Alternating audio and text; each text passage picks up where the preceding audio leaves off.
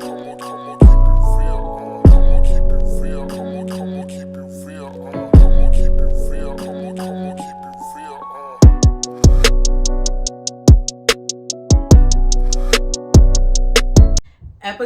143 of I Said What I Said podcast. We are back. 143? 150. I said 153.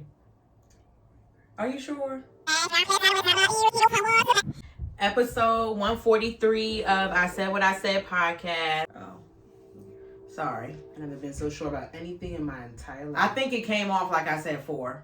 Sometimes I have a... Don't do that with the list. Don't. Sometimes I blame that, but that wasn't I think I did say 153. 50 and 40, that ain't no list.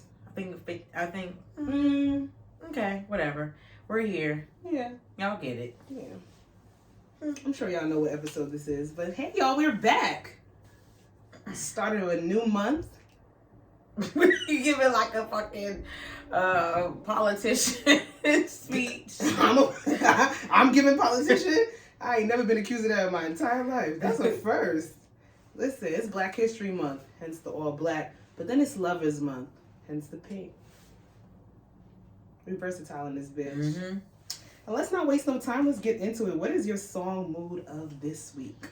I don't have a song per se. I would say a plethora of playlists. I'm gonna share it. Oh my God, I'm gonna bitch. share it with you, but you know Corey. Yeah. Burning Ash. Yes. He has his iTunes, his Apple, and it's like so many playlists, and every single one of them are fire. He has it for every occasion. He got I'm so happy you said He that. got the trap. He got the hood shit. Need it. He got the white pop shit. Want it. He got the old school like Luther Vandross, Earth, Wind and Fire. Like he has everything for the girl. He has music for the girls. Oh, he's a for curator. the city girls. Like he has everything, and he takes feedback.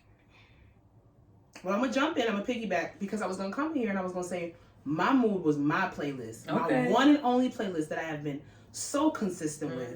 So I'm glad that you actually plug in somebody else because that's my mood is my sex playlist. I think it's elite. I think it's fire. I will rival it against anybody else's sex playlist because I got something for everybody, every man and woman. I was gonna say child, but that would be disgusting. So I stopped myself. I'm trying to get out of my, I got a little brain fog going on, but I'm trying to come out of it. But yes, please send me those things. Okay. I admire people who are very consistent with making multiple playlists. Yes. He has multiple. It's a lot. I tried to come back and do some things. I had a playlist from my rap girls. I have started my reggae playlist, and I feel like that's my next one that's going to be very consistent to my Get Your Freak On. Shamoy has a really good one too. She made one? Yeah, she has. So why hasn't she shared her playlist with me? She doesn't share anything. She doesn't share playlists, nor does she share shows. What? But she has a really good like reggae. I'm just highly offended at that. Does she think a playlist is just solely for her benefit? Yeah. She's a tourist. I don't think she understands what a playlist is. It's really good. Apple is for you to share it. People can follow you. They can put updates on your play. They can tell you suggestions to update your playlist. Now you can even add people in and you could do a playlist together. Would you do that with your man? Yeah. Y'all just start a playlist and y'all add songs and yo, baby. You can do that on Apple? Yeah. I thought it was only Spotify. Wait. I don't think you can do it on Apple yet. So did I just lie to those It's people? Spotify. It's Spotify. I believe it's Spotify. What am I questioning? No, you might, but I do believe Dottie had brought that up when we were on my trip. Yeah, I looked and I think it's only something. Spotify. I think. I know you can do that with the pictures with the iCloud photo book. Yeah, I don't think it's music yet. I just think feel it's like Spotify. iPhone's slacking if you can't do that on there. I think it's Spotify. I done told that to a lot of people. I think it's just Spotify. I always tell people take what I say with a grain of salt. We'll figure it out. We have to do research. Yeah, and we'll just update you because don't always listen to what you hear.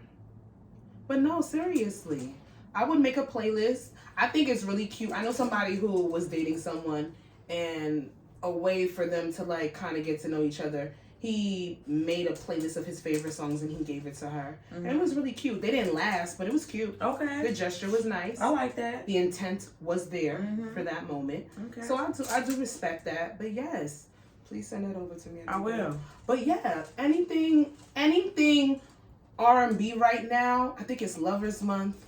I'm going to be honest. I've never had a exceptional or a good Valentine's Day. So for a while I would talk myself into the aspects of it just being another day. But I do like the aspects of going a little bit over and beyond for a special day. I don't see what the big deal is. I really don't get why the boys they're mad are every year they want to put up this tussle and this fight about Valentine's Day. Like I get shut up it. and do it. The only niggas that I really even give a slight pass to is anybody who's religious and you just don't do that. Yeah. That's your thing. I'm not gonna play with that. Even though a box of chocolate, nigga. A flower. Like the Muslims can't give you a box of chocolate. Y'all can't buy a box of chocolate. I know it's possible because when you see things that are done, it's possible. They just don't want to. I don't. My rhetoric around my whole thing about Valentine's Day is I treat this woman special 365. I treat my queen. I put her on a pedestal all the time. We're always good. Every single day in a relationship with me is special. So then if you're used to this and you're not new to this, why don't you continue to do this on February 14th? Why is it, well, if I treat you special every other day, why is Valentine's Day different? It's a beautiful holiday. It's just beautiful. It's just like you just take the extra time to get ready. You just take the extra time because sometimes y'all are 9 times out of 10 you're moving fast. Like you take whatever time to get ready, but this time is extra special. Like I just think it's an extra sexy day. It's a sexy day, and I just think that's a day just to shower your significant other. I think it's cute. I love Valentine's Day. I love it. I love it. I absolutely love it. Even with my past experiences with some adverse Valentine's. Sasha, stop. The trauma. Ooh, the trauma. I've never had a good Valentine's Day. It's locked in. Niggas are crazy, yo. I don't even. They're nuts. The funny thing is, my best Valentine's Day that I could even think of, I did not spend it with nobody, but it's just somebody thought about me and just gave me something. Somebody I wasn't even talking to for a long time. Like, he just did. And that was cute. Yeah. I've had some really bad Valentine's Days. Like, if I'm just being honest, like, I got broken up on how my relationship ended on Valentine's Day. My last relationship ended on Valentine's Day. For real? Hell yeah. I did not know that. Valentine's Day brought out it was the last straw. It was the straw that broke the camel's back.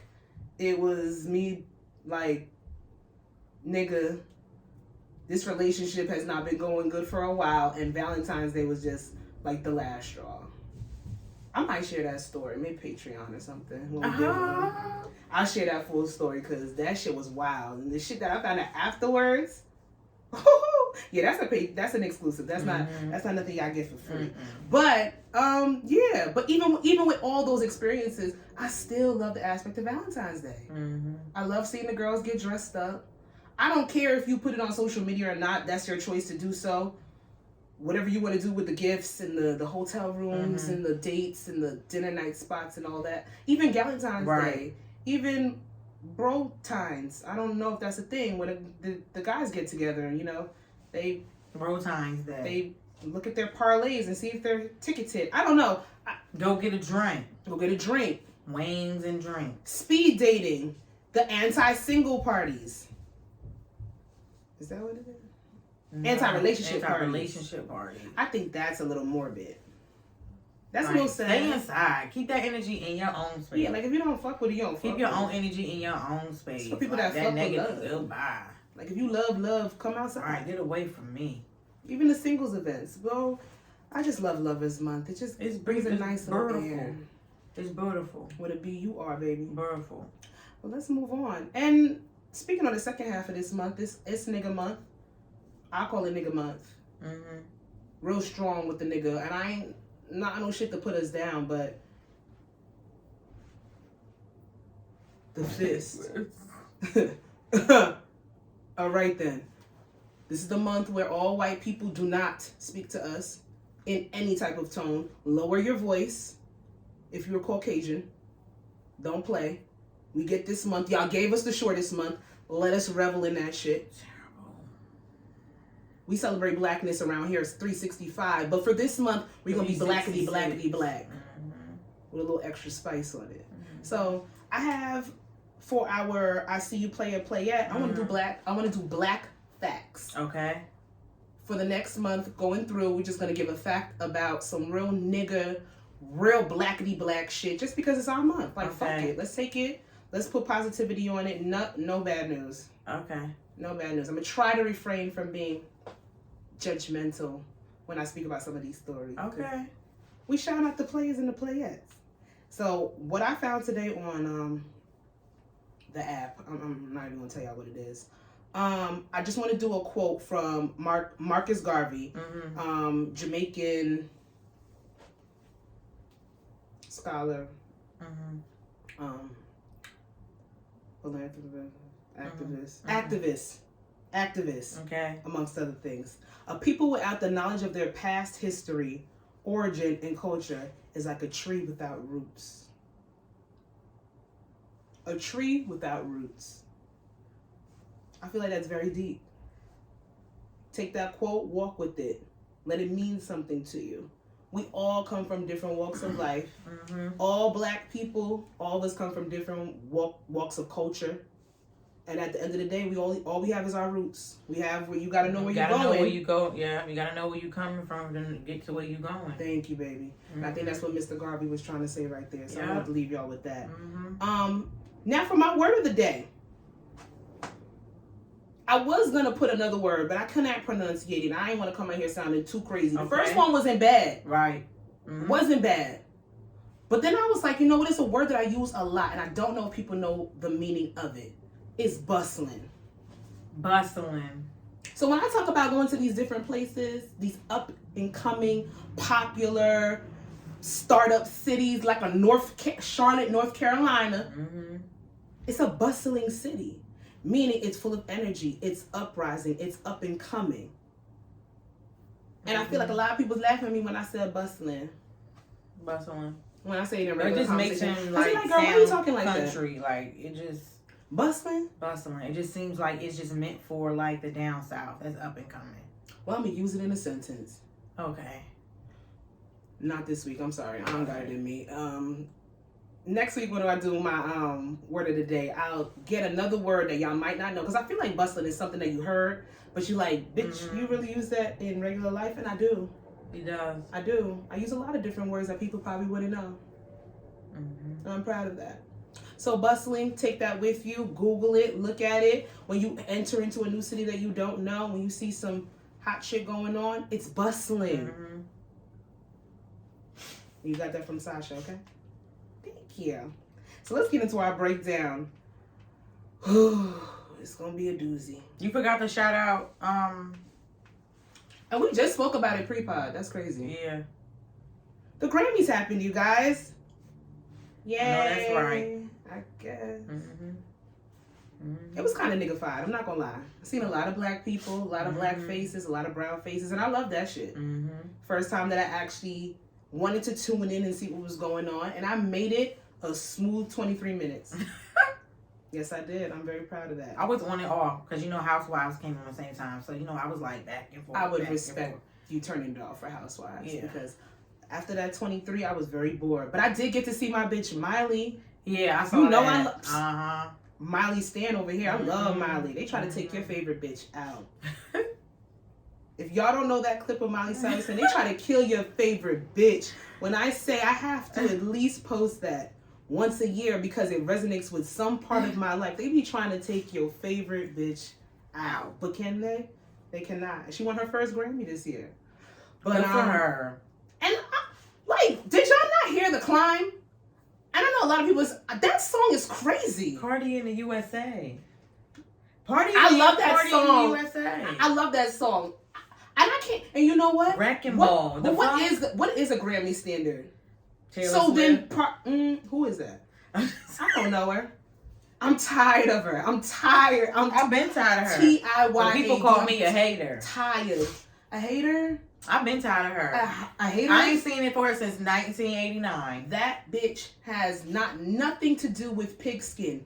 Yet every Sunday, we need to be subjected to seeing her or hear her name. Narrow face on our TV screens. What does she have to do with the NFL besides allegedly fucking a football player? I don't want to see that woman no more. I'm tired of her. She's highly underrated. And let me tell you something. I will say this. Underrated? Underrated. I said overrated? Underrated.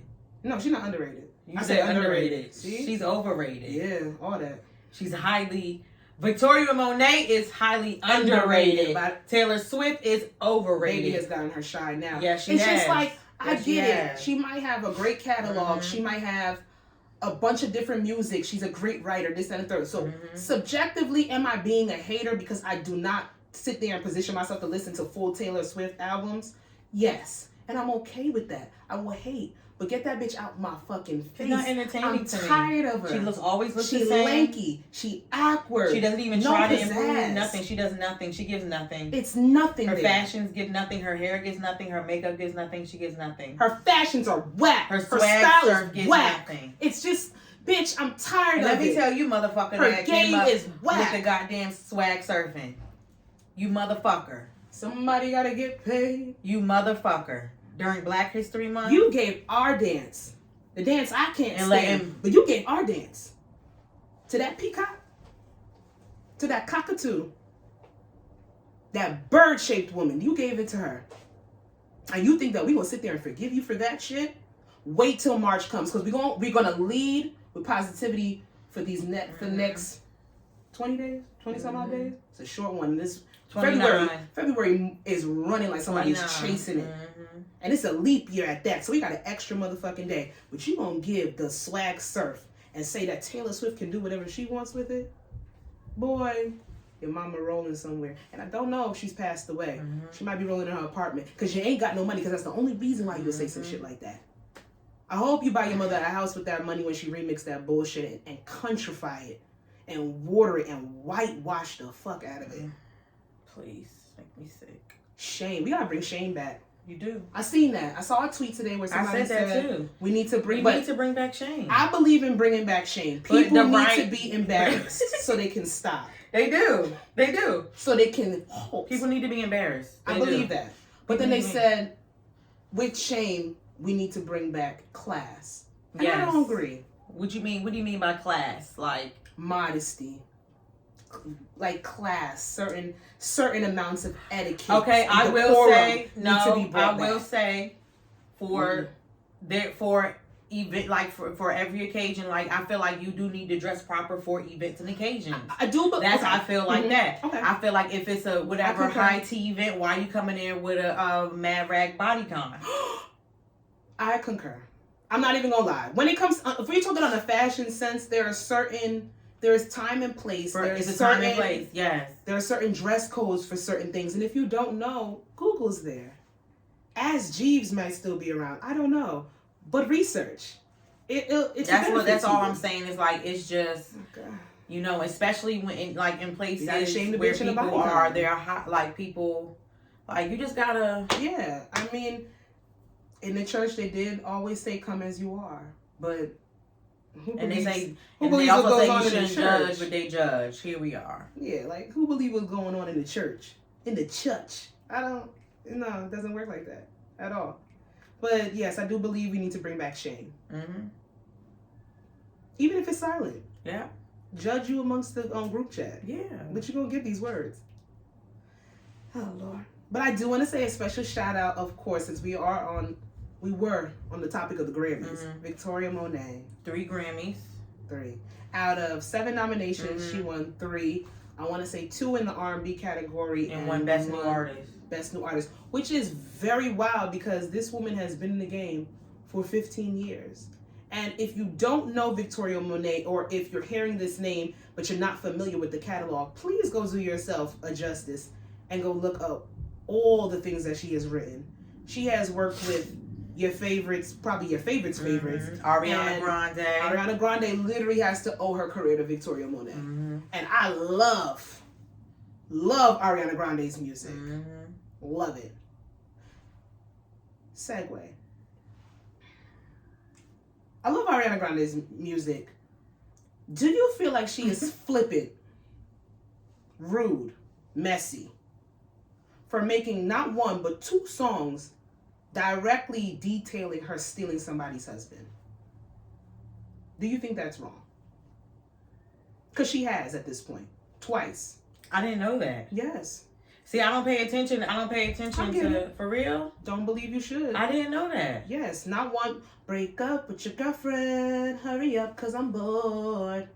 Who was that about? Whose man she took? That was somebody. I don't know these whites. Don't get me to name it. Nobody. I think it's ignorant, and you deserve your ass beat. And that's what I'm saying. But that's now ignorant. Recently, don't go around parading. I don't like shit like that. So when she was lying, saying that she wasn't breaking up with her husband and she wasn't going with this woman's husband that recently happened. She was married. And the guy was married, and he left his girl for her. He left his wife for her. Was she with somebody? She was married. I'm assuming because she is with now this guy's husband. She's done the same thing, and everybody's like, and then she's so blatant with it to like. Wait, so she was married but was messing with somebody else's husband? Yes. So then they left their spouses for each other.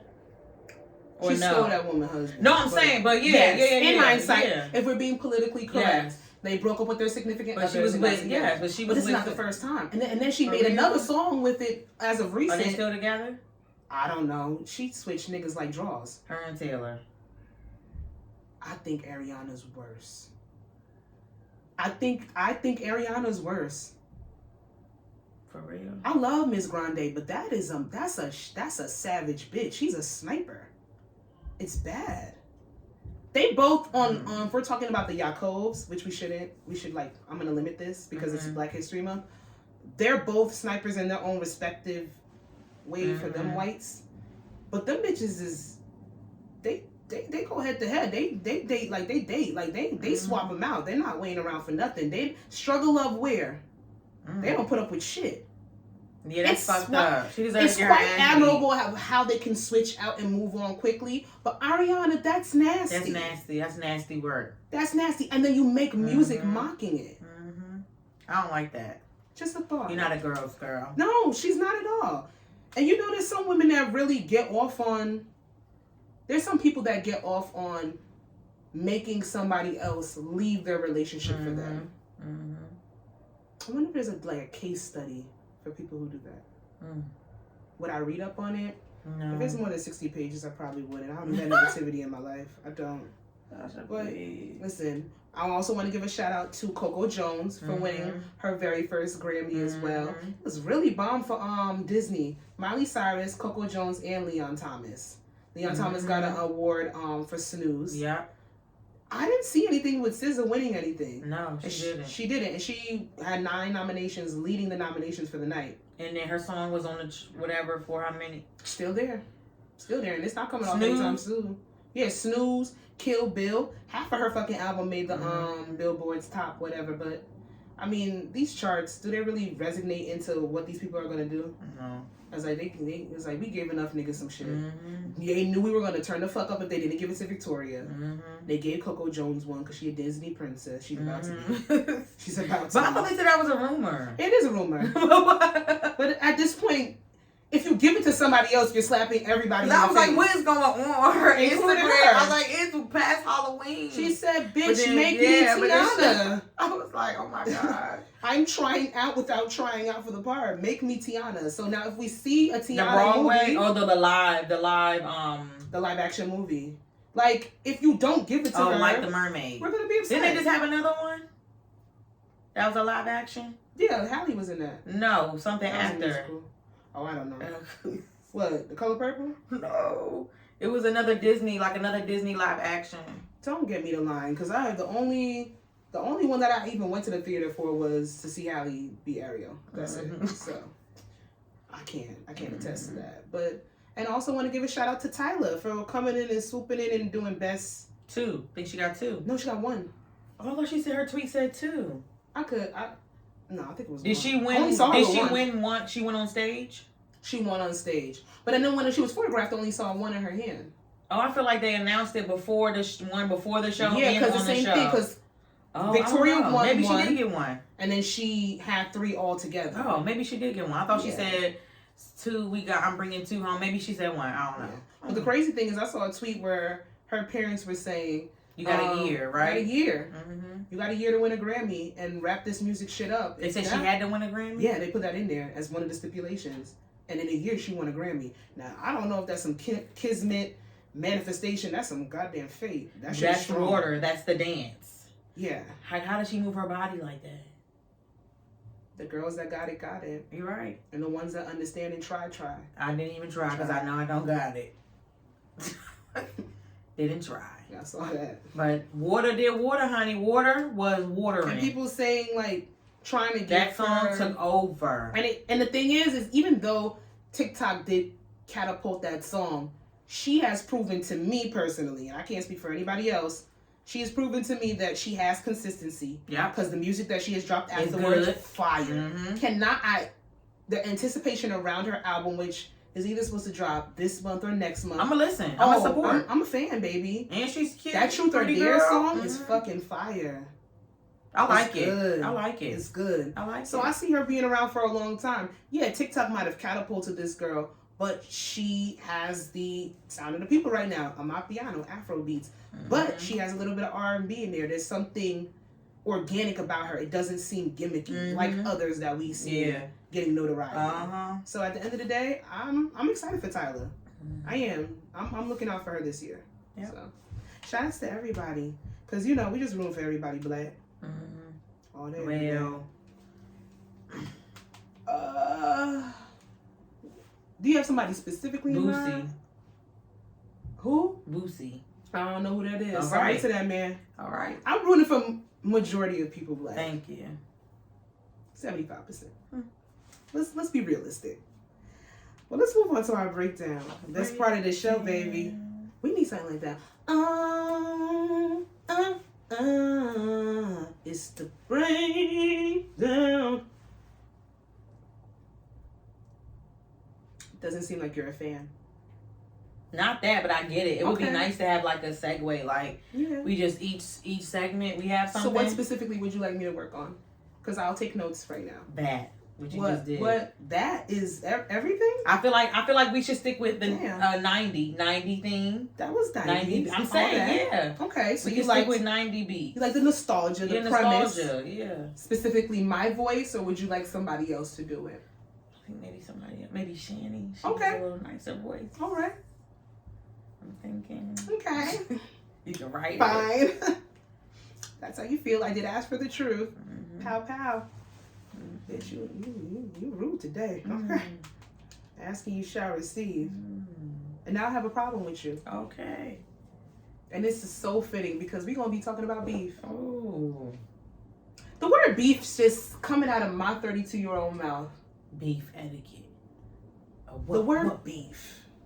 You got it going on. What is beef? Beef is when you rumble in the street. Somebody said that. You want to rumble with the beef, huh?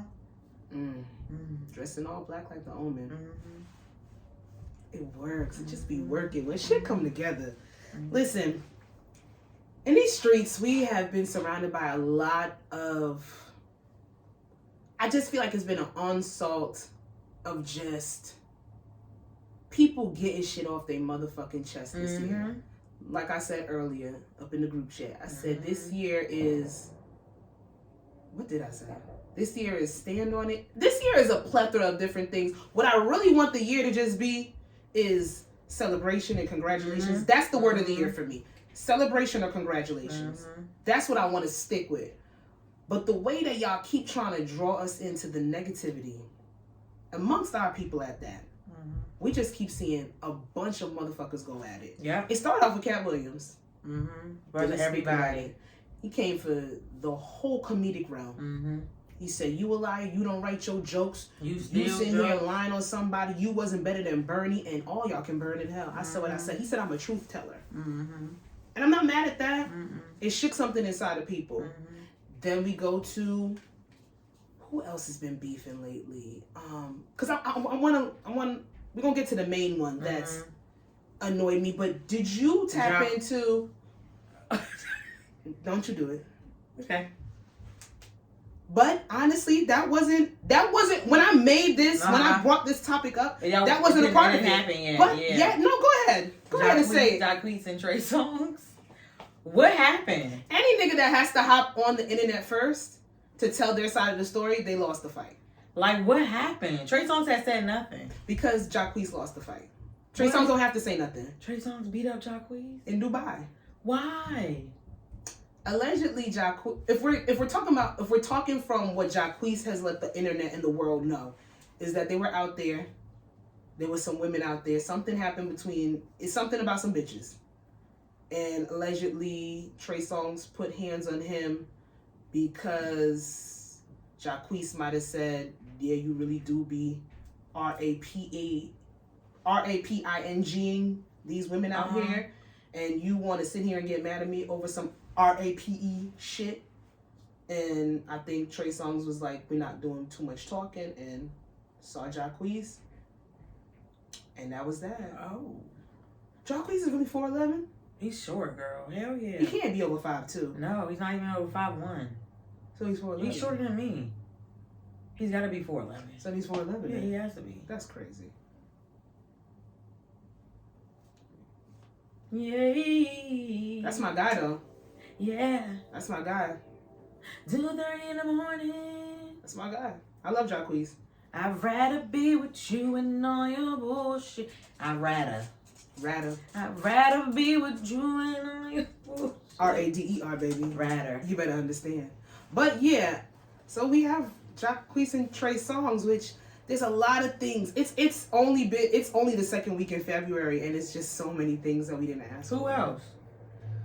Benzino and Eminem, they sparked up their beef again. It's not random. That beef been going on. Because the daughter, right? No. I don't know what prompted this beef to start back up. But back in the day, Benzino had outed Eminem for having these rap tapes where he had gone through a breakup with his then black girlfriend and using the N-word and saying racist rhetoric. And Benzino was like, listen, if it wasn't me, somebody else was going to sit here and expose this man for this. And black people want to call him. Did he put out proof? Yeah, the tapes were out. He with dropped the tapes. Benzino. It was a whole press conference. Oh my God, for real? And everything. And all when was this? This was like early 2000s. For real? Yeah, this beef I do not remember that. that. He said we need to cancel Eminem. That's before cancel culture was a thing. But a press conference was held. Like, and then we're letting him get away with this shit. Like, brought it back up? I don't know why it stemmed back up. I feel like Koi said something. I really do. I think she said something. I know she's tired of beef. She specifically. I think she said something. I think she did. I think she said something. Well, Eminem shot, gave him a good 2-minute rap, and Benzino came back. I heard. The streets ain't telling me who won, because I refuse to listen. I heard Benzino a little bit, but I was like, I don't know what's going on. I don't want to hear him talk through his neck. Like, you can tell directly where his throat is in his neck. Mm-hmm. Well, it's not really neck, it's just esophagus. Mm-hmm. Sorry. That's not right. But, we do have Lotto and Ice Spice. I heard that that's a beef on the street. Like, I heard that. Did you hear that clip with Ice Spice talking about Lotto? No, she went in. I did. I tend to not listen to Ice Spice talk. She went in. If I listen to Ice Spice talk, then I might get upset. So I type. And then Lotto pulled up in the Bronx for a photo shoot. Crazy. With the video shoot. Well, yeah, I did see the video shoot. Lotto has a song dropping Friday, on right? Friday, and I feel like she's going to be addressing a lot of things. That's the new thing too. The girls is getting. I'm here for it. I like Lotto. Oh, I love a diss record. I love it. I just don't like when your ex puts all y'all business out on. All right. On a record before his album. All right. I wonder what the numbers on that. All right. Just saying. Oh yeah, but Ice Spice sit there and come at Lotto, and she's like, "Why she on the floor? Tell her to get up." Who said that? Ice Spice. To Lotto? Yeah, in the fart song. Who? Because Lotto had the song "Put It on the Floor." Oh. She on the floor. Tell her to get up. That's what she said. That was coming out. I don't like that song, so I don't listen. You shouldn't. I mean, I got that from some other sources. I refuse. I was forced to listen to it. I never was gonna stream it. Never was gonna play it. It's never gonna be. I wonder what Lotto gonna say back. I don't know. I'm kind of excited for Lotto's record that's dropping on Friday. So we gonna. Lotto can rap, honey. Yes, she can. And anybody who says otherwise, they're a liar. Because she's been out there for a while, and it's cemented. Jada Kingdom and Stefflon Don. Girl. That one is nasty. And to me, that's the best. That particular beef is giving us the best music. Yeah. That right there. Let me tell you something. I'm not even going to sit here and cap and cake cap all them fucking C's to sit here and tell y'all I knew what Jada Kingdom could do in the studio.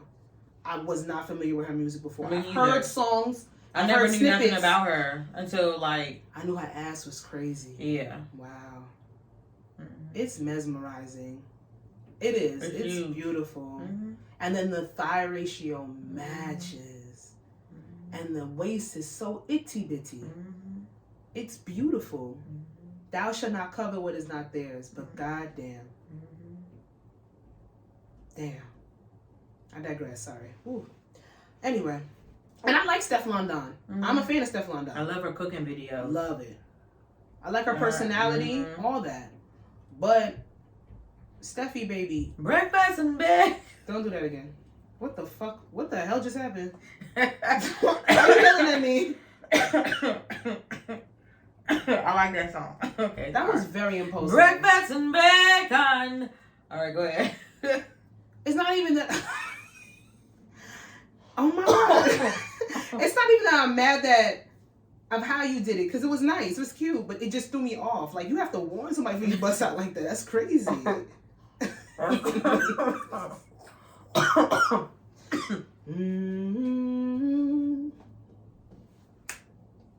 I just feel like you're going to say it again if I start talking. I'm very nervous. I'm not. Lord have mercy. But yeah, Steffi, baby, you can't come for people and think that they're not going to hear it and think that these young girls don't come back with the gusto. And clearly, Jada, she's like, I don't talk a lot, but my tongue is lethal. And she proved that. Put out a lot of allegations about some real nasty shit.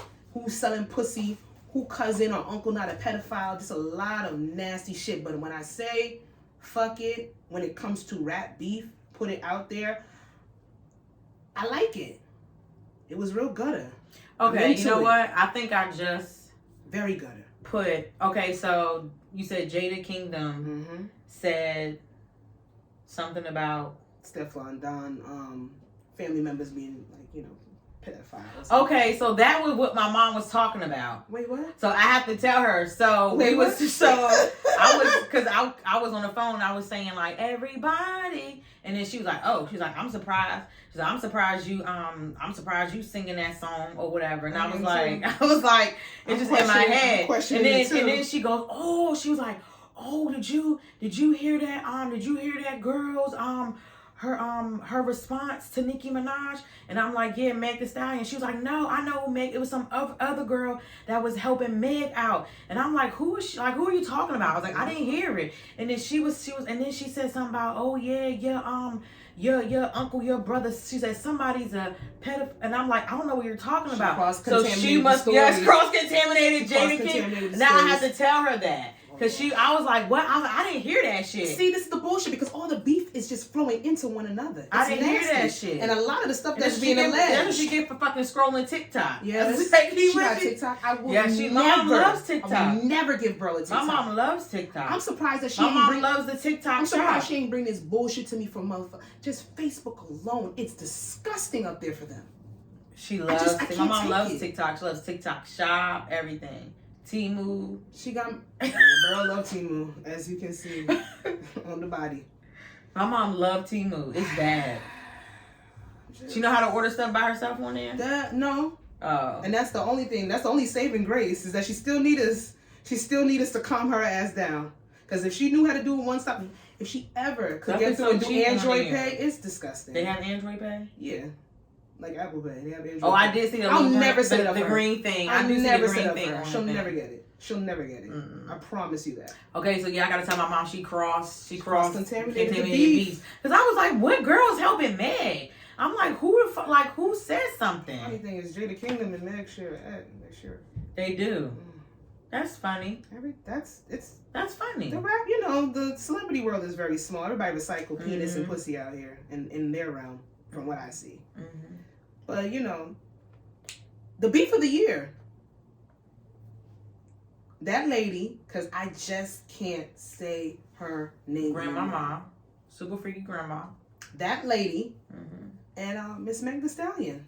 That lady reminds me of therapist lady, and we don't want to. She needs to go see B lady. But that lady, how do you go from Onika, Nicki Minaj, Nicki Lewinsky, the Harajuku Barbie, legend, icon, legend, to that lady, to cokehead, to base Princess Supreme? I gave her that one. That's a base head. That's base head behavior. Percocet Princess. That's mine. I gave her that. That's mine. They gave her that name, Percocet Princess. Percocet Princess. Grandma Molly. If you're not thinking too straight, it might go over your head. It's a lot of drugs involved. It's all drugs. I'm gonna give my 2 cents on this, and then we're gonna move into what I actually really want to talk about in our big age. We're gonna mature this conversation. Meg Thee Stallion came out with her song "Hiss," second single off of what is going to be her upcoming album this year, and pretty much it was a rant. From what I got is I'm gonna get all my grievances out. I'm gonna come at everybody I need to come at, and I'm not talking shit about this no more because I'm starting clean. Slate is gonna be clean. So she came out, and I'm gonna be honest with you, I didn't hear when she first dissed Nicki.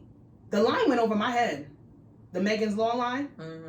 Like, bitches are really mad. Bitches want to be mad at Megan, but they really need to be mad at Megan's Law. I didn't know either. And if for those who don't know, which you should have Googled it by now, Megan's Law is a law that requires sex offenders to be registered. All of their information to be public. And every for the time neighbors they to be notified as well. They got to notify their neighbors within a 30-mile radius. Depending on your state, it could be less or more.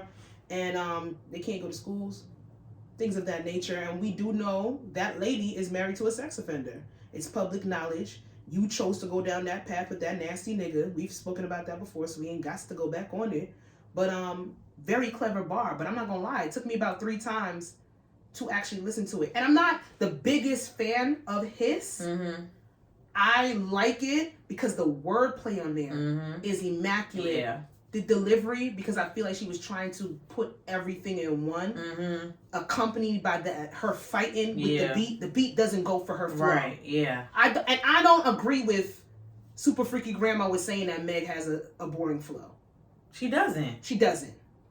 I don't think that she has been picking the best beats. That's what when it comes to her flow and going with it. Whoever did production on the Tina Snow project is who she needs to marry. But was that with, what's his name? You think they had the ties to Carl? Yeah, absolutely. Those people that did that. Was she with them when? I think so. Yeah. When she brought out that team. And her first album, the one with...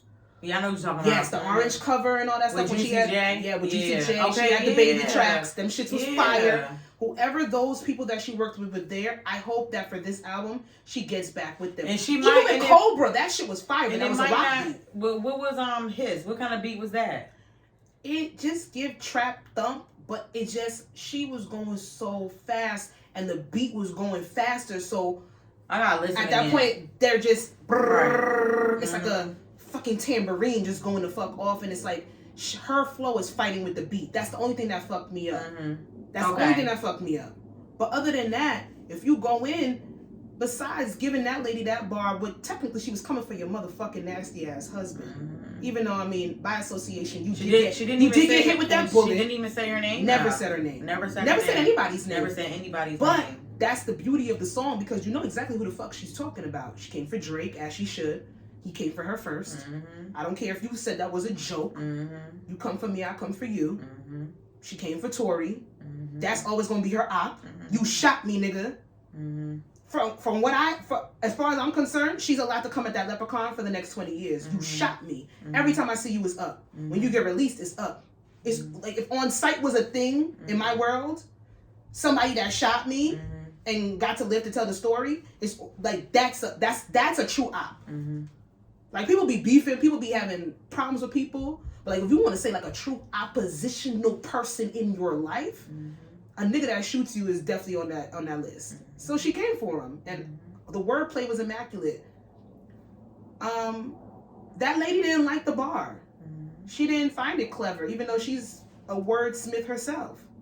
She's a rapper herself. I guess she didn't find it funny that Megan was talking about her family. So Megan went low and she went to hell. And honestly, I'm gonna start it like this. And this might, I don't know if it's gonna throw anybody off, but I don't see anything wrong with Nicki Minaj coming for Meg's deceased mother and speaking about her being shot.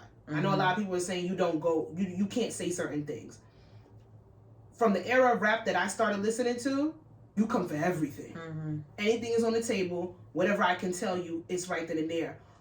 But the essence of a good motherfucking diss track is shit that we didn't know.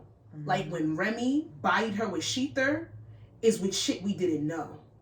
We didn't even really know where that beef even stemmed from. Remy dropped that shit. It was an ether bomb. Yeah. And she couldn't do anything to even come back. She tried to come back and play the numbers game. Yeah. Trying to be politically correct. And she still got annihilated at the end of the day. So, this ain't the first motherfucking rap battle that the Miss Onika has lost. Let's be real. I would say, for me, if she would have just went in the studio, did the song, and she said the dead mom thing or whatever, it would have hit harder. It would have hit harder. But you're giving the coke rants. You giving 3 days, girl. You're giving,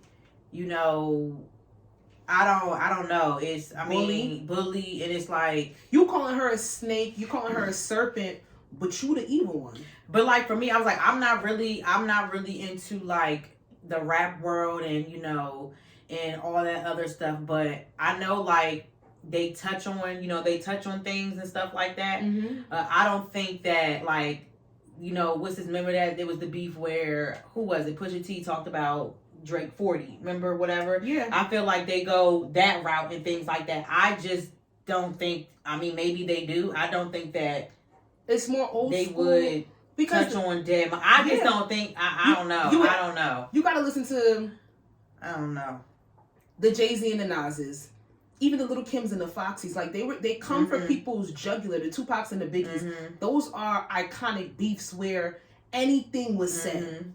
And if you did have a deceased parent, that wasn't off the table. And people wouldn't, back in the day, late 90s, early 2000s, they're not flabbergasted. But we do live in a very sensitive society. But yeah, hip hop get to that point where it get that nasty. But I know it gets nasty, but I just think, like it's done with decorum. Hers wasn't. There's an element of essence to it. There's some surprise to it. Like I know, of course, like the people that killed you would show up to the fucking funeral. Yeah, like whatever. Like it's some real shit. It's just how she went about it. It's like, girl, it's like now you just like ill. Like it was just like ill. Like besides her being so much older than than the women that she chooses to beef with and chooses to have a voice against. It's tasteless on the fact that you ain't give us no fucking bars. No. And the thing is, I take that back. When she previewed the song, I should have been want to get up on a Bigfoot, get up on a good foot. And then for something about Megan's Law, you can be in Megan's jaw, call a party, all of that. But you pick the nastiest, beat the rap over it. Then you sit there and you get gimmicky. You sit there and you say that you have 5 more raps after this, but you don't. And I know Megan is taking the high road, and I want that piece for her. But for the kind of bitch I am, if I was in that, I'm putting out another song just to call your fucking bluff. You were on the phone with Kelsey. You didn't get no new information. You don't have no incriminating disarming fucking information that don't nobody know. You got information from 12 and 13-year-old barbs on the internet, and you took that and put it into your rap beef or this quote unquote beef that you have with Meg Thee Stallion. She's crazy. You didn't go this hard with Cardi, and I wonder why. She got popped in the face. That shoe. She remembers that shoe every single time she thinks she about to come at Cardi crazy. Never. All she can do is laugh at cheating rumors. But That's you're it. with a sex offender. offender. I'll be with a cheat over a pedophile. I'm just saying though. You gotta pick your poisons, right? Mm-hmm. But needless to say, this is the second beef or rap battle that Nicki Minaj has been in, and she's lost. To me. Yeah. I don't care what nobody else say. That shit was doo-doo, trash, basura, poo-poo, caca. She should have kept it. And I want Megan to trigger her on another level. She will. Because I don't think that she has anything else. I know she doesn't. She will. She don't. You're not talking about on your dead mama for 5 minutes straight and then go into a whole coke rant. And then you do it with that voice. Coke, baby. That's drugs. That's big drugs. Like what? You're 41. Like what are you doing? That's 41. Like, even if you want to talk about the girl dead mama, you ain't gonna do it with some fucking taste. You're not gonna give us no bars. Something. That's the shit you got your fucking psychotic fans defending? Where's Roman? Roman's out. Y'all are delusional and dumb. Roman grew up and he's trying to get away from his is dysfunctional ass mama. Like, he's like, I gotta leave this bitch in the dust too. Because she is embarrassing the fuck out of me. But needless to say, do you like beef between your artists? I don't care. Don't care for it. No, you don't care. I don't care. If they do it, they do it. I don't think anything's off. I think as long as we keep it at an entertainment level, I don't have a problem with it. It's not anything that's going to sit here and get me in an uproar. I'm not a part of this whole, to a certain extent, this sensitive ass culture where you can't say anything. Like, a good beef.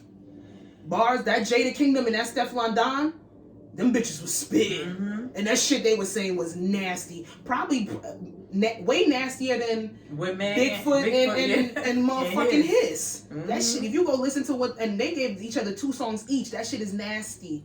Shit like, you come outside, they just down, they're done? I haven't heard anything else. I mean, if they see each other, would they probably Who put the fight? last song out? I think it was Steph, Jada. And from what I heard, I haven't heard anything since. You think Party made the beat? I don't know.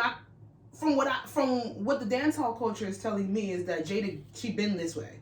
So I don't even, that people are like, oh, she's with Party, so he's helping her rap. Is Burna Boy helping Steph? No, not helping her rap. No, I'm just saying. He might have helped her pick the beat.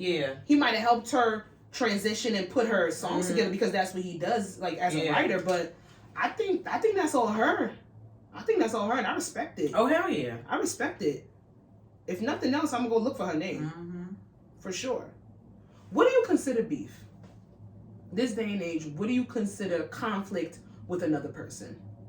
The conflict has to be equal ways.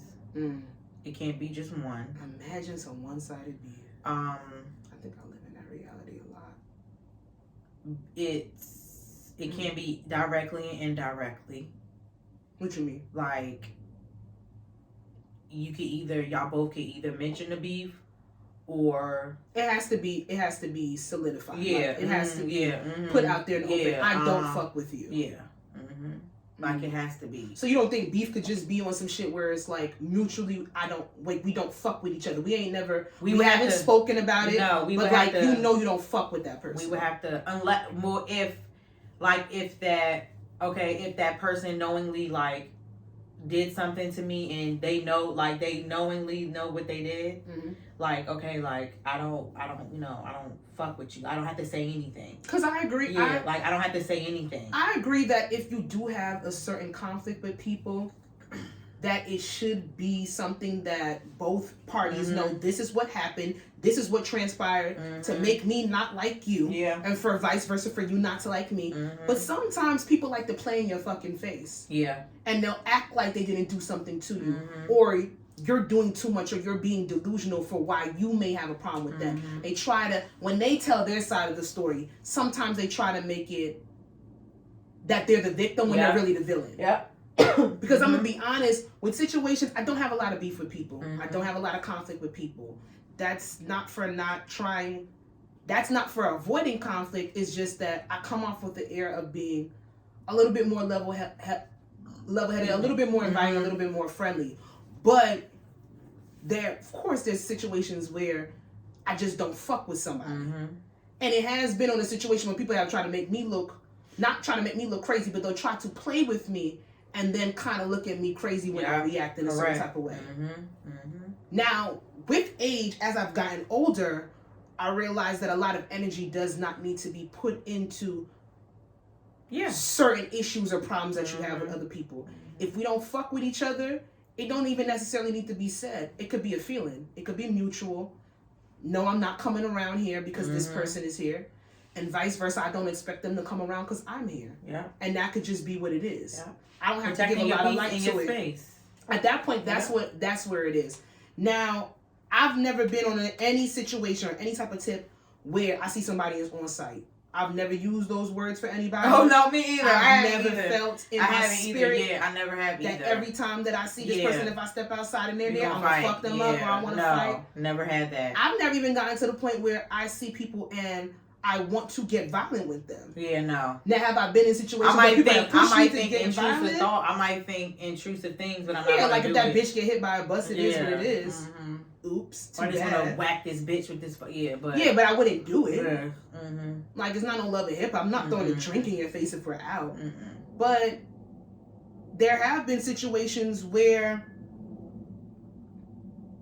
I've tried to approach conflict from a more, I would say, a quiet way.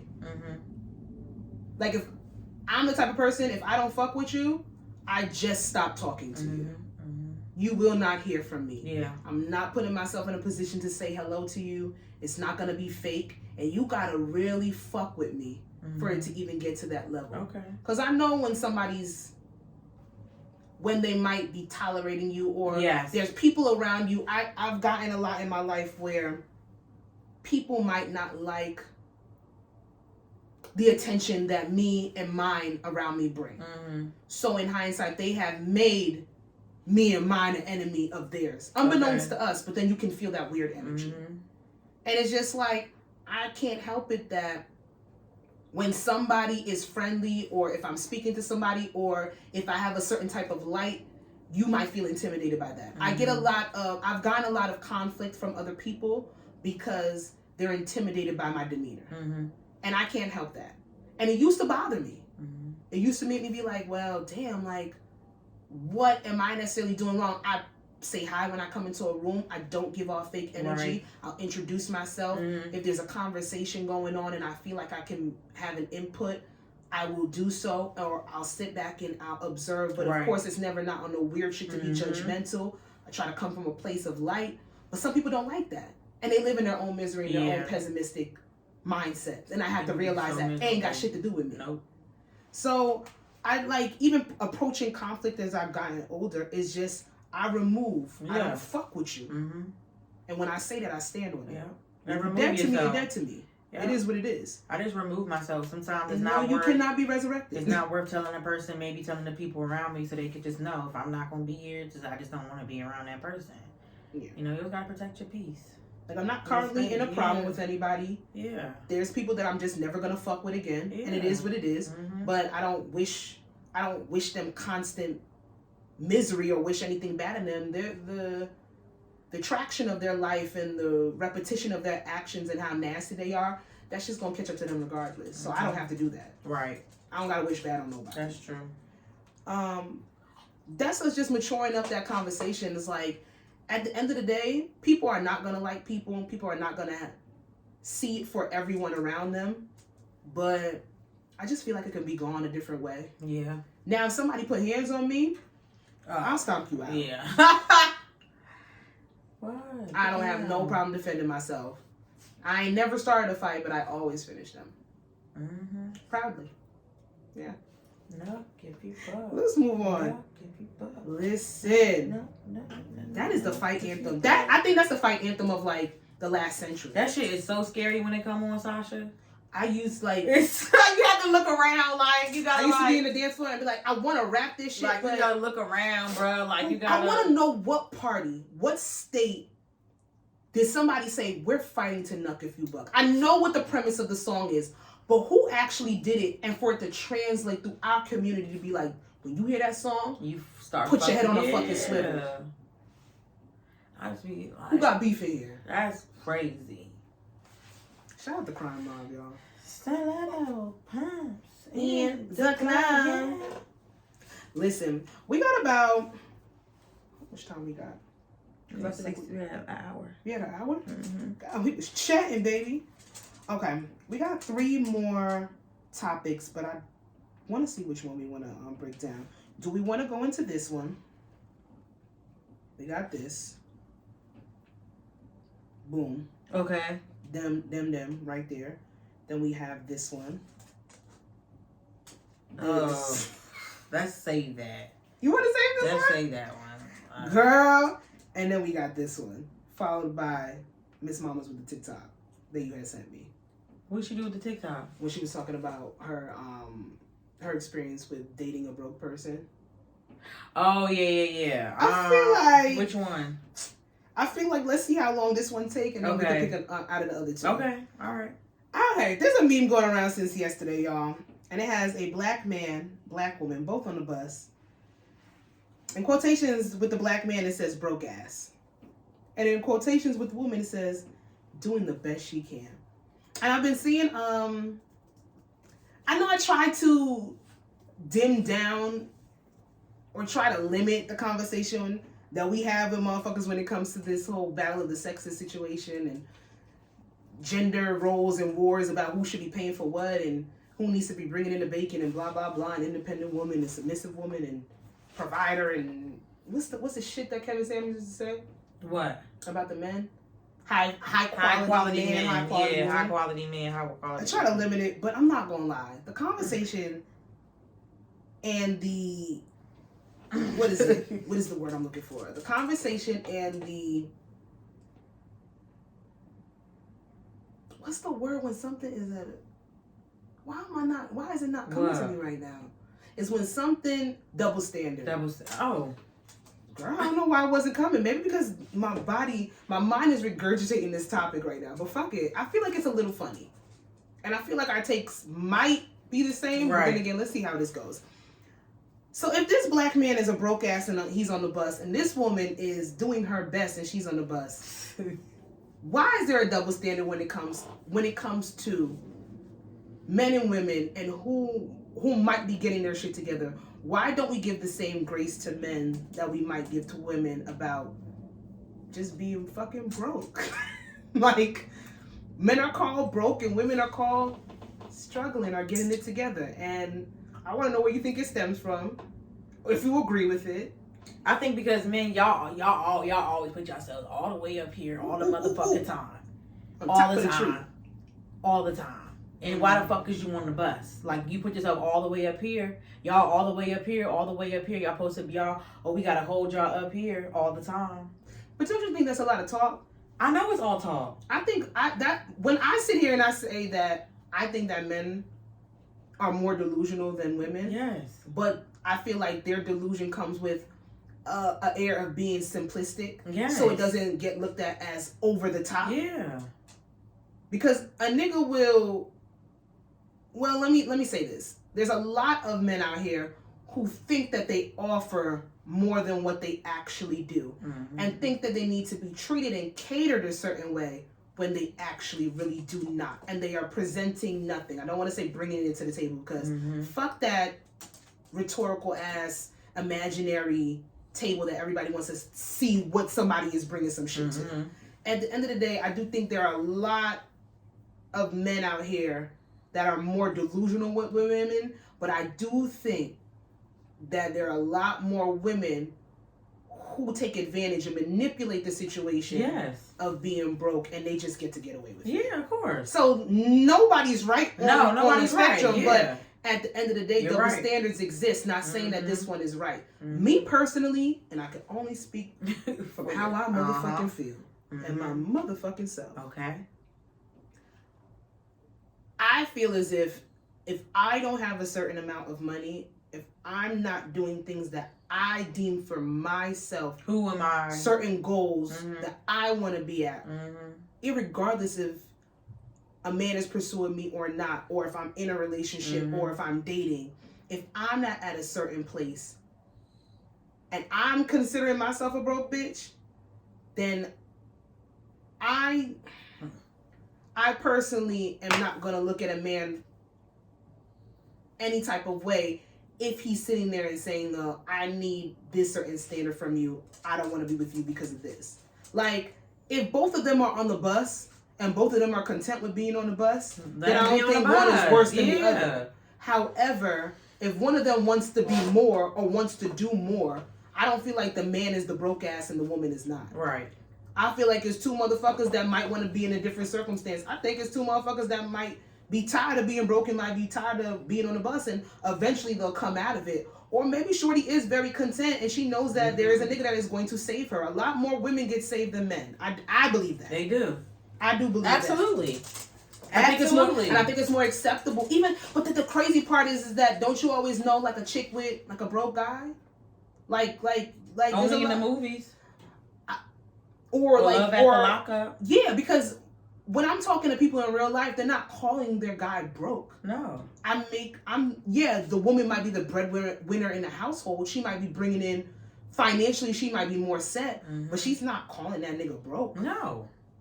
Now, financial situations are the number one reason for divorce. I'm sure there are a lot of women that are married to somebody that makes less than them. And now if they're happy, I don't know. Would you be happy? If somebody's making less than me, it can't be significant. 10,000? Okay, so like if I make $100K a year and he makes 90, no, that's not an issue. 60. $100K a year, I make 60. You make 60, he makes 100K. I mean, and do you think guys have the right to say? But the type of bitch that I am, if I'm fucking with somebody and I see that there's mutual interest, they're invested in me, I'm invested in them. We have made a decision that we want to make this thing work, and I'm making 60K and he's making 100K. When does that come up in a relationship? Like if I'm with somebody, or are you talking about dating? Relationship. When do you bring up how much each other make? Me personally, I want to become more comfortable with talking about the aspects of money, because I've gotten to a place specifically this year where if we don't normalize these conversations about finances, about how much money are you making, what do you want to do to get to this tax bracket, like, not saying that we need to follow anything that white people do, but they don't have these issues in the way that we have them. It's not that adverse. Yeah. Like, I want to normalize talking about money, so I would start to talk about finances in the dating stage. In somebody that I see if I'm being intentional with them, though. If it's just a fuck, it's just a fuck. Yeah, or if it's just somebody where I'm not all the way trusting, like I don't all the way trust them to that extent yet, I'll hold off on that conversation. But I do want to normalize somebody asking me how much I make a year and I don't necessarily cringe on the inside. Or I'll be able to speak about my financial goals. I want to open up this. I want to get into this. Help me with investing, things of that nature. I think if we get to that point, even in relationships, in the dating realm of normalizing the conversation around finances, it won't be so taboo and people won't be hiding that when you get into relationships. Because you asked me, if I make 100K a year and he makes 60 a year, is he content with staying at 60? Right. That's what I need. That right there is what I need to measure the metric of how far we're going to go. Because then that's saying something to your ambition. Right. Not saying that if your 60K has been working for you, your 60K has been working for you. Clearly, I have to be at 60 at some point to get to the 100K. But do you just want to stay there? Right. Do you at least want to get to 80? Because 80 I could rock with. 60 is going to kind of look at me and like, this person might be on a complacency level of just being content with just enough. That's true. And I want to be a little bit more than just enough because I want to be secure. I want to be comfortable. That's something that I want for myself. Yeah. So it's a conversation we want to talk about. Now, I know that if my guy's making $100K a year and I'm at 60, I want to get to 100K. But that's just my mentality. I know a lot of women is like, well, if I'm making 60, he's making 100K plus. I'm cool with that because he's making 100K plus. Okay with that too. And they love that. Yeah, they love that. They love that. You got to understand, I feel like in relationships, there's always a compromise and a give and take. So if you are a man that likes to take care of your partner, like that speaks to your love language, however it may come through and however it may show up in your relationship, then if you get a girl that likes to be taken care of, you guys are going to be fine. Yeah. These conversations are not going to relate to you. Nope. Because that is something that you truly want to do for that person. You value them outside of financially what they can do and what they can bring to the table. See that fucking table again? Just be hovering. It's just in a corner somewhere. But like I said, for me, I'm not gonna sit here and call the nigga a broke ass and call the girl, you know, getting her and then look at her and say she's getting her shit together. Right. Just because of that. Yes, we talk about providers and men being providers all the time, but don't nobody know nobody's circumstances in life. Nobody knows. From a space of non-judgment. That's why these conversations are always a little giggly or funny, and it's just like, what the fuck? Yeah, it's It's like, come on, man. Everybody gotta get you gotta be broke before you could get rich. Yeah, period. Unless just step your cookies up before they crumble. Oh, that lady said that. That was one of her best lines. She was not on the plane with Dwayne, honey. She missed the flight. Not last week. No fly zone, baby. And you know what? Off the back end of brokenness and this, that, and the third, let's get into this conversation right here. I want to do this one. There's a video going around, and I saw this video before, and I've seen others like it, where they are going around at this graduation. This is clearly a PWI, predominantly white institution, college. And they're looking at all the teacher majors, and it's a whole bunch of white girls. And this is what they're doing. It's like, show me how you graduated. And they're showing that ring finger. And all the white girls are sitting there, and they're engaged. Senior year out. They are leaving. Even if they got that degree, they are leaving with a husband. And we've had some private conversations about different things when it comes to intentions and dating and whatnot, what we see for ourselves moving forward this year.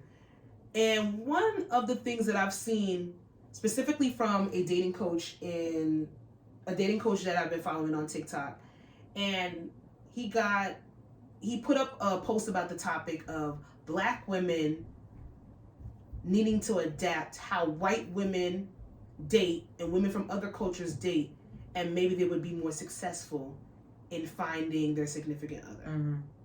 And then this video comes out and is showing how all these white girls are leaving college engaged, and whether or not that's what they want to be doing or if their marriages are going to last, besides the point. There has been an outcry from black women stating that there are not enough good men out here. The pickings are slim. And that they don't really know where to turn or how to date anymore, especially with this constant conflict and battle between black men and black women. So I want to ask you this first question. Do you agree that as a black woman, maybe we need to adopt the mindset of how white women are taught to date and how they are taught to look for a significant other?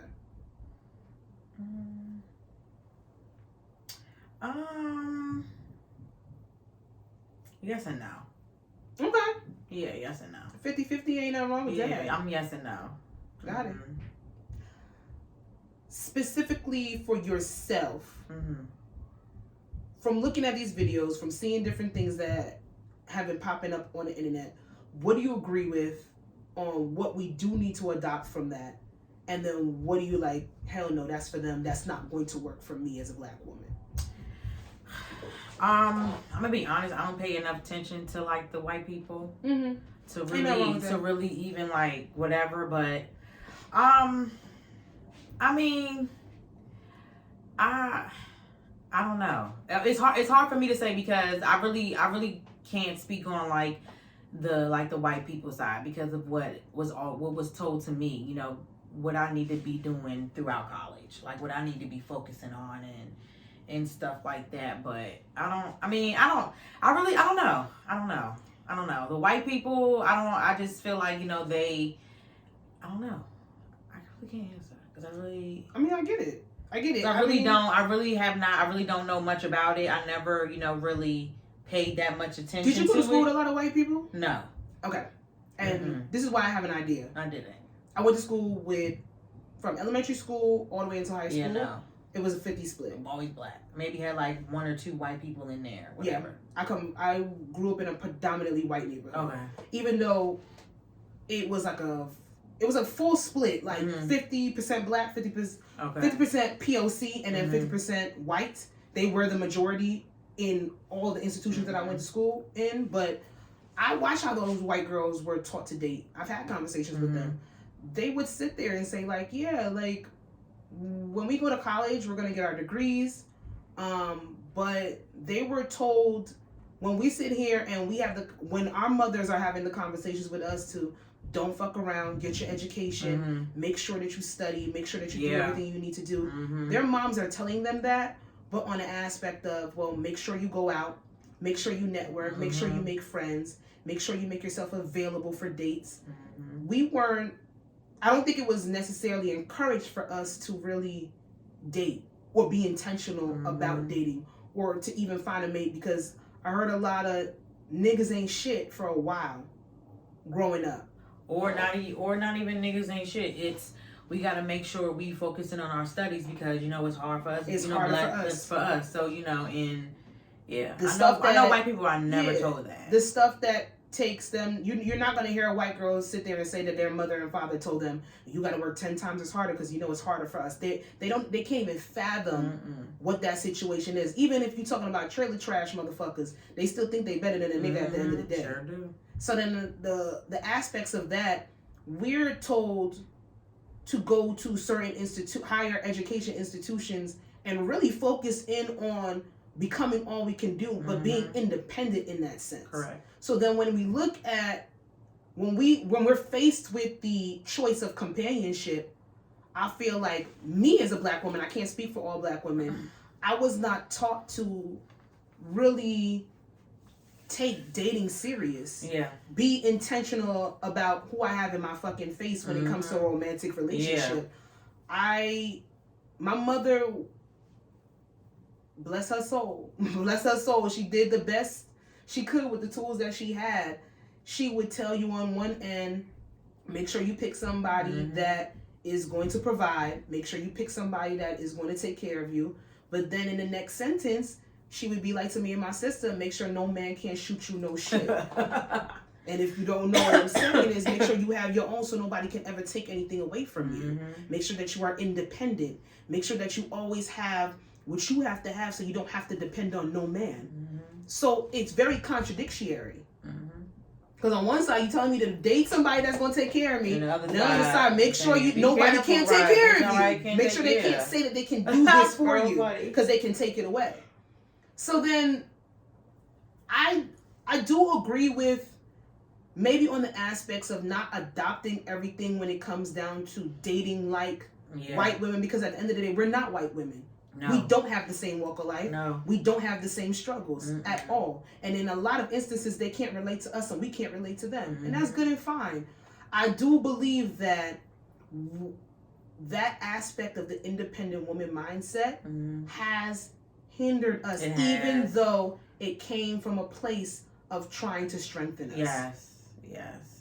I do believe that our mothers and our aunts went about saying, be the bossiest bitch, be the baddest bitch, be the most independent bitch that you can be. And it came from good intentions.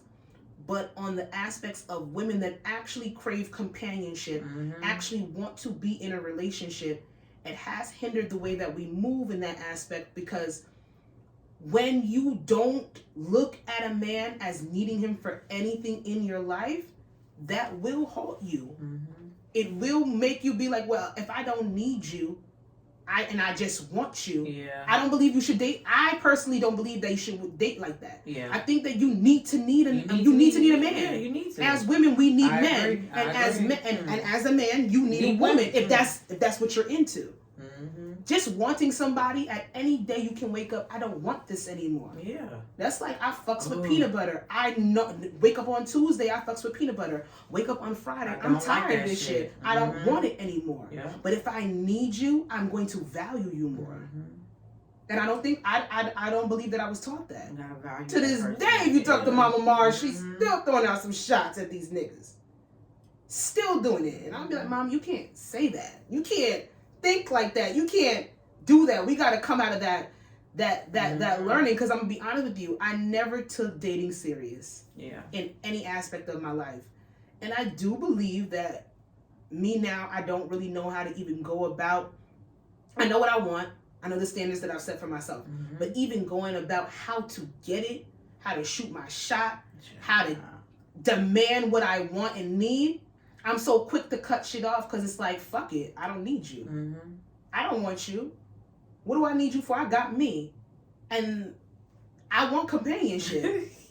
But it's so easy for me to walk away from some shit. I don't even look at the aspects of trying. I don't believe in struggle love.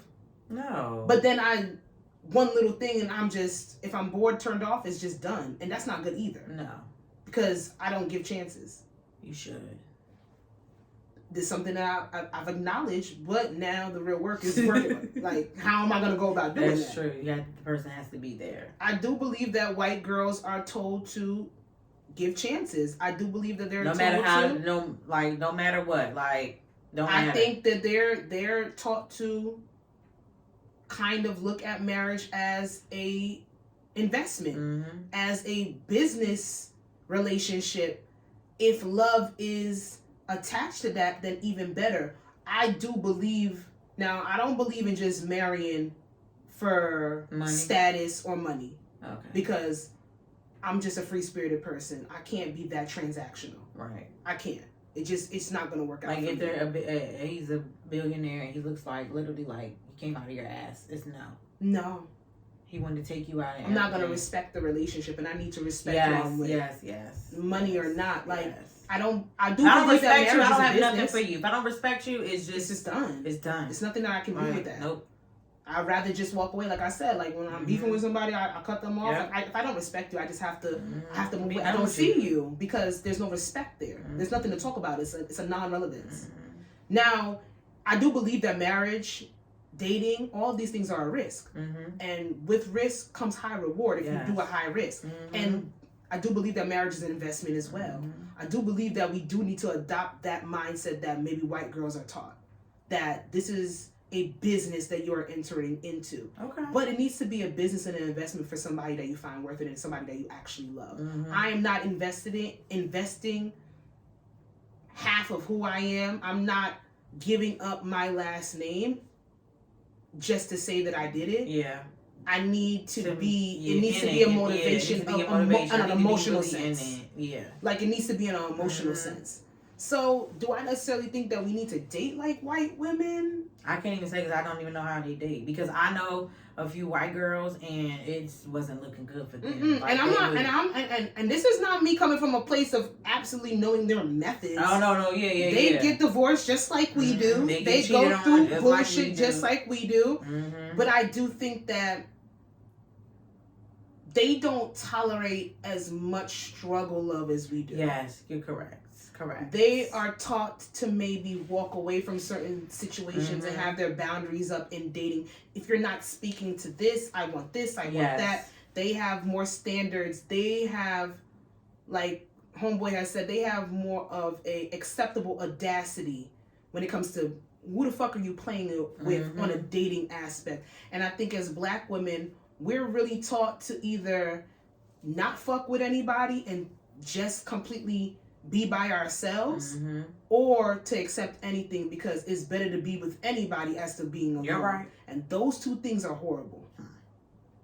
They stunt growth. I don't think white girls do that. Sasha, please. I know we all know Becky Sue that's on husband number 3, and what's wrong with that? Nothing. We sat here and started this conversation about started the podcast talking about Ariana Grande and Taylor Swift and how they switched them the fuck out. Now Lori Harvey has adapted that mindset, and she's called a hoe in our community. I don't hear white girls calling Taylor Swift's hoes and Ariana Grande. That's nasty what she did. No, they do. They do? Yes. Mm-hmm. They do. The white girls call Taylor Swift the hoe? Absolutely. The ones that, absolutely. And the ones Ariana Grande. Absolutely. I love that bitch. Absolutely. She's the queen. Whatever, every side that we have, they have. Like, I believe it, but are they saying it out loud? Yes. Do they demean her? Yes. Like, if Lori pops up with a new nigga, every single person, men and women, are like, damn, man, she's switching out. But she's literally doing the same thing that Taylor Swift does. On Housewives Twitter, and when you're on Housewives Twitter, sometimes you get into another world, which is the white people world. I don't know, Jasmine. Let me know. And yes, like they go, like they, as much as like what we say, they say. Whatever it's like our, so. Yeah, I ain't been in that side. So I actually came across yesterday on my For You page, and I was like, oh, wow. So you know how like, on like Black TikTok, Black whatever, Instagram or whatever, we have like, I don't know, like the one black guy or whatever that's like, what's his name? Like Shannon Sharp. You know how people call him Unc? Yes. And stuff like that, whatever. Girl, I was scrolling on TikTok and I just seen like this white guy talking, and then he responded to a comment, and the person was like something, Unc or whatever. And I was like, huh? So I looked and I was just looking. I'm like, oh, this is like the white people Shannon Sharp. Who the fuck is this? I don't know. It's just like, you know, like how they have like they I get the rhetoric though. Yeah. Mm-hmm. I get the premise around them having their little, you know, I was like, that universal uncle. Yeah. What the hell is he talking about? He was not. He was talking about relationships or something like that. Okay. But I was like, oh, and I'm like, this is like the white people side. So what the black? Yeah. And I was like, oh, I've never seen that before. And I was like, oh, it was interesting. Okay. Mm-hmm. Yeah, their go-tos. I believe that. Mm-hmm. He was for the other team, though, but they called him Unc. Yeah. You know. He's a member. Yeah. But they called him Unc. Yeah. Yeah, you baby. Spreading that knowledge, giving that wisdom. Somebody gonna call you Unc or big bro. I hate that terminology. Never makes sense to me. But yeah, I mean, date however you feel you need to date for yourself. I think as a collective, everybody just needs to know what their personal boundaries are, what their wants, their needs are, what they tolerate, what they don't tolerate, what your intentions really are with dating and things of that nature. And I think if we were a little bit more truthful to us specifically, like if we built a rapport where people, and when I say truthful, I don't mean like just saying shit to just get shit across. I mean building a rapport, being transparent with one another so that we can understand where people are coming from a place of non-judgment, coming from a place where if I tell you my truth about what I want, you're not going to manipulate me because you want something else from me, not taking advantage of people. I think once we get to that level of really knowing who we are so that we can sidestep bullshit, then maybe this thing called dating be a little bit easier. Maybe. I don't know nothing. I'm just chatting. Saying what I say is per usual. But let's move on to miscellaneous question. We got 2 name this time. You want to name that? Is that what you want to do? Okay. So what is the best nickname that someone has given you? The best nickname? Best nickname that someone has given you. And if you're spicy, you can say who gave it to you. We talking about? I mean, it can be anything. I'm just saying. I said if you spicy. It ain't got to be spicy. It's whatever you deem your best nickname. That's it. Muffin. My grandfather called me Muffin. That's cute. Yeah. But when I call you Munch, it was a problem.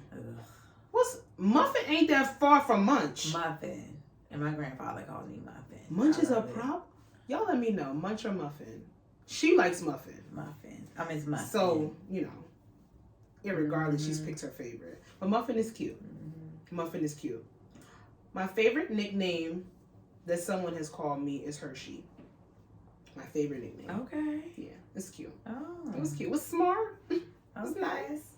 They had it. So you don't get upset about nicknames like that? Hershey? Yeah. No, we spoke about this. When people make a nickname based off of my complexion. Chocolate, Hershey Kiss. I mean, I was talking to a Jamaican. He used to call me Darkness. This is the way he was saying it. Yeah, I can hear it. I can hear it. Tolerate that shit for I can hear it. I can hear it. I only tolerated that shit because he was fucking fun.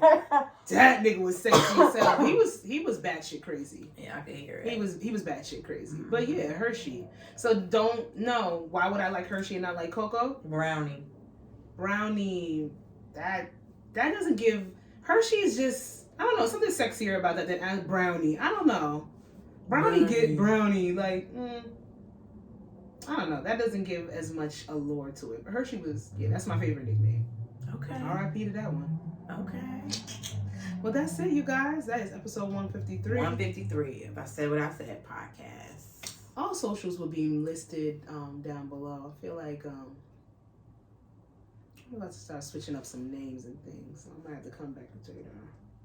I don't know. I don't got too much socials to plug here and there, but do follow my client makeup page.